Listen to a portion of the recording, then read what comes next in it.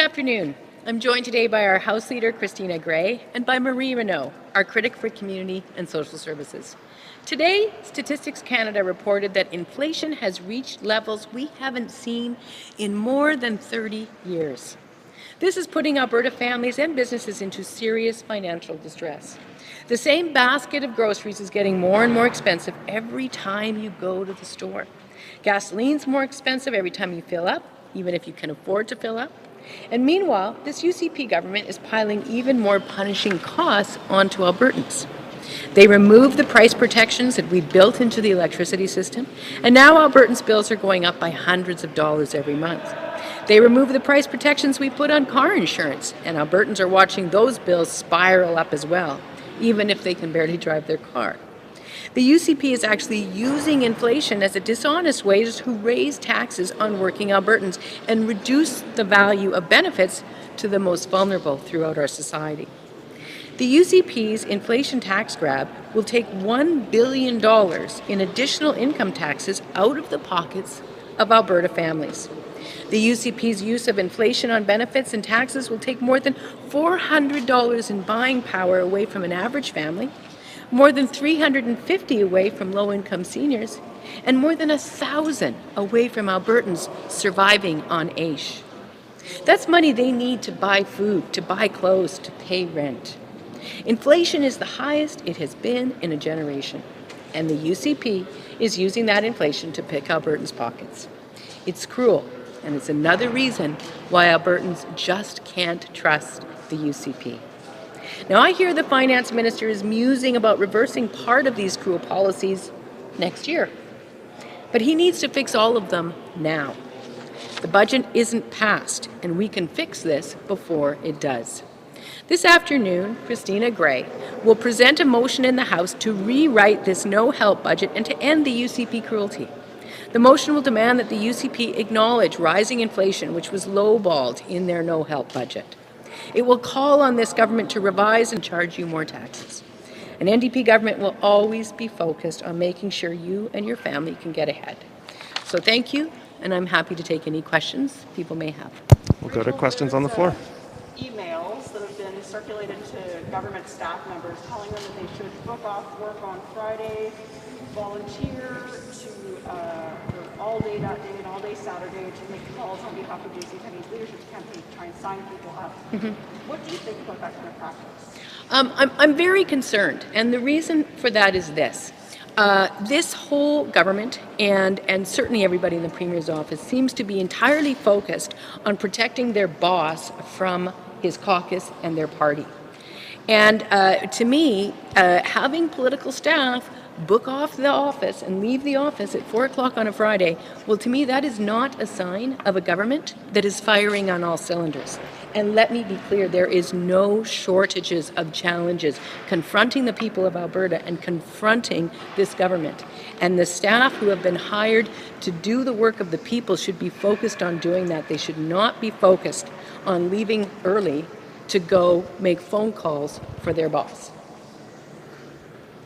Rachel, there's a new poll out today that I want to get your comments on, just because the NDP has been polling quite well over the last 2 years, as I'm sure you're all aware. But this new poll seems to suggest that there might be a bit of a turnaround happening as far as the UCP's fortunes, especially in the wake of their last budget and lifting a lot of the COVID-19 restrictions. I just want to get your comments on that. I mean, it looks like they're in majority government territory once again, and I know polls are a snapshot in time, but do you see this as sort of a trend in a direction that you're going to have to address as opposition? Well, you know, there are a lot of polls that have come out in the last 2 weeks with a broad range of predictions and conclusions. And what I know about all of those polls, and what I know about the polls that preceded them, is this, that Alberta New Democrats, as my dad used to tell me, have to work twice as hard as anybody else in this province to earn support. And that's what we have worked on doing as long as we've been around, when we were in government, and certainly since we've been in opposition. And the reason for that is this, because at the end of the day, Albertans need a government or an opposition, but politicians who are focused on their needs, on the things that are driving their issues. Right now, we're here today talking about inflation. We're talking about inflationary pressures, and we'll continue to talk about those issues, because really that's what politics should be about, is talking about the things that matter to Albertans. So That's what I did 6 months ago. That's what we did 2 weeks ago. That's what we will continue to do between now and the election, whenever it will happen. When it comes to the budget, are you going to try and propose any amendments to it? Or like, what would you amend? Well, part of this of the motion that we've got today is talking about an opportunity to debate the ability and ultimately the government's ability, we would suggest, to amend the budget. There's a lot of things going on right now. We've got, first of all, the budget should acknowledge the actual inflation rate, not the low ball that is included within the current budget. In so doing, it should then acknowledge the pressures on regular Alberta families, and they should change their position and their plans with respect to bracket creep around tax brackets, and also around their decision to break their promise to Albertans, seniors, vulnerable Albertans, disabled Albertans, and stop indexing their benefits. A family on AISH, or a person on H, literally has $1,000 less a year now, and they only get $20,000 a year. And so this has to stop. So we think that there's a broad range of things that they should do in the budget to accommodate the changes arising from spiraling inflationary pressures. We also know that the budget doesn't actually include any money for the rebate that they scrambled to put in place once they got caught lying to Albertans about the natural gas rebate. Nor does it actually include the gas tax change. So we would like to see them actually amend the budget to reflect what they're announcing as they're passing the budget. And so there's a broad range of them, because there's a lot of daylight between what they introduced and what they need to do and what they've even announced they're going to do. Any other questions on the floor? Sure, I have a question. Rachel, are you and Brian Jean friends? Because he said recently that he thought you should be at the table with Premier Jason Kenney to have discussed the COVID restrictions. So what I know is that when I was Premier and Fort McMurray, the emergency in Fort McMurray happened, we put a lot of effort into ensuring that the Leader of the Opposition of the day, Brian Jean, was kept informed about what was going on and had access to public officials. Unfortunately, when the COVID emergency started, Jason Kenney decided to take a much more combative and also secretive approach, and he cut off that access.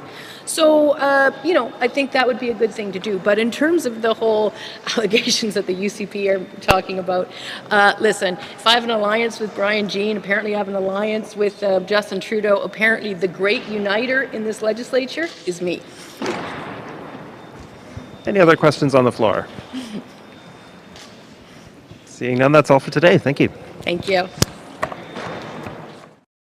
Tens of thousands of Albertans have already provided their idea for how we can build Alberta's future. You can too by going to albertasfuture.ca.